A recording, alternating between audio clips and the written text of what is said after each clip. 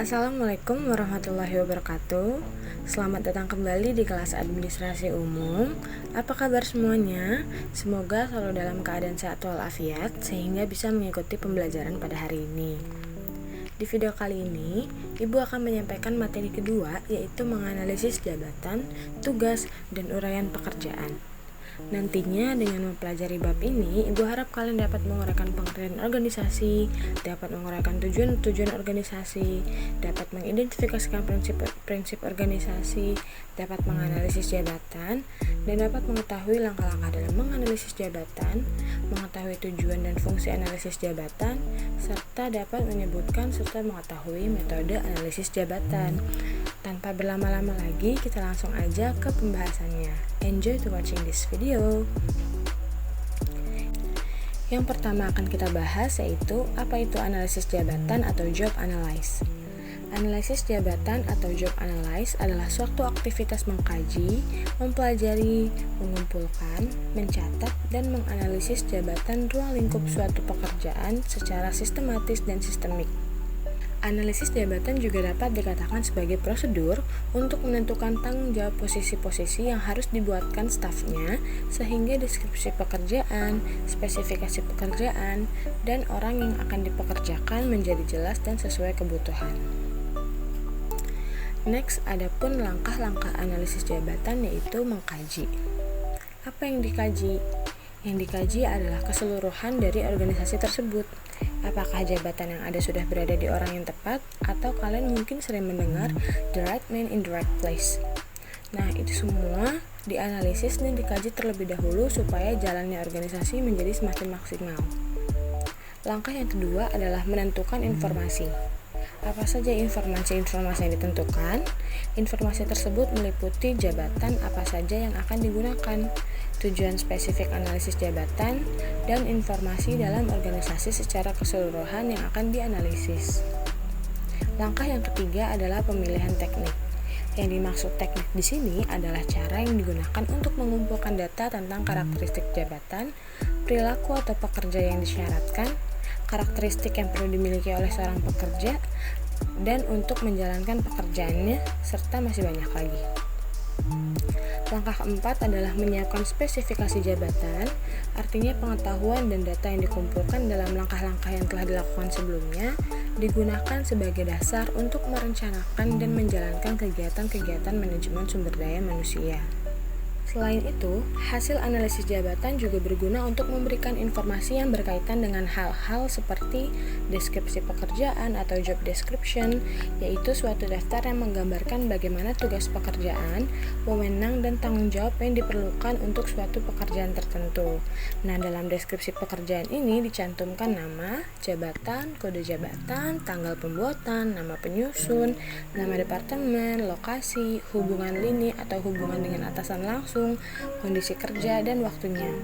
Kemudian selain deskripsi pekerja juga ada spesifikasi pekerjaan atau job specification, yaitu suatu daftar yang berisi tentang pengetahuan, kemampuan, dan keterampilan, serta karakteristik lain yang harus dimiliki seseorang terkait dengan posisinya pada jabatan tertentu.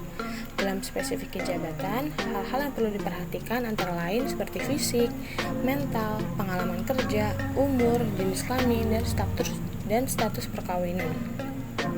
Kemudian yang terakhir ada desain pekerjaan atau job design, yaitu suatu proses rancangan pekerjaan dengan penentuan tugas-tugas dan metode serta bagaimana hubungan pekerjaan tersebut dengan pekerjaan lainnya yang masih berada dalam naungan perusahaan. Next, tujuan analisis jabatan. Analisis jabatan perlu dilakukan sebelum diadakannya perekrutan.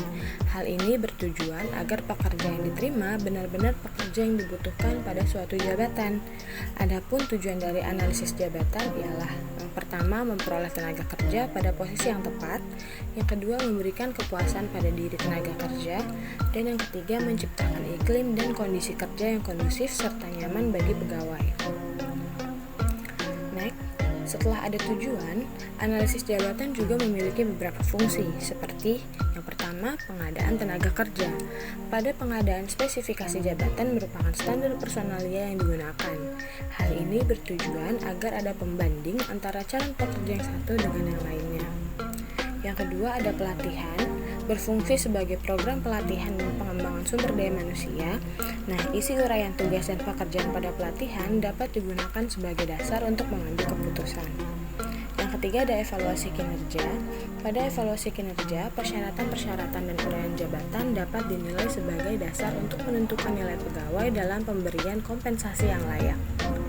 Yang keempat, ada penilaian prestasi, berfungsi untuk menentukan apakah pekerjaan dapat diselesaikan dengan baik.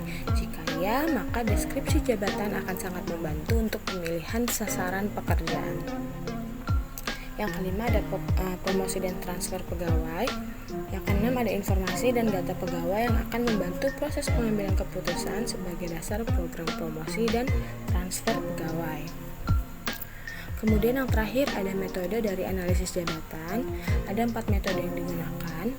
Dalam proses analisis jabatan untuk pengumpulan data terhadap suatu jabatan dilakukan 4 metode, antara lain sebagai berikut. Yang pertama ada kuesioner, yaitu pengumpulan data yang menggunakan daftar pertanyaan yang sudah disusun sebelumnya, kemudian disebarkan kepada pegawai untuk diisi. Bentuknya sama seperti absensi kalian, hanya saja pertanyaannya lebih banyak dan lebih menjurus ke individu tersebut serta cara kerja seseorang. Yang kedua, pengamatan, yaitu pengumpulan data dengan cara mengamati langsung di tempat. Hasil pengamatan tersebut langsung dicatat untuk diolah menjadi informasi. Misalnya, SMK 50 sedang mencari seorang guru. Nah, pihak SMK harus memberikan tes terlebih dahulu ke calon guru tersebut dengan cara praktik mengajar. Yang ketiga ada wawancara, yaitu pengumpulan data dengan mengajukan pertanyaan yang disiapkan sebelumnya dan mencatat jawaban untuk diolah informasi yang diperlukan. Yang terakhir ada menulis laporan pekerjaan secara singkat. Ini jenis pengumpulan data ini lebih kepada bagaimana seseorang memiliki pengalaman-pengalaman kerja kemudian ia ceritakan atau ia tuangkan dalam suatu paragraf. Nah, itu tadi pengertian analisis jabatan, langkah-langkah menganalisis jabatan, tujuan analisis jabatan, serta fungsi dan metode analisis jabatan. Semoga apa yang Ibu sampaikan dalam video bisa bermanfaat dan menambah wawasan kalian. Kurang lebihnya mohon maaf. See you on the next video. Wassalamualaikum warahmatullahi wabarakatuh.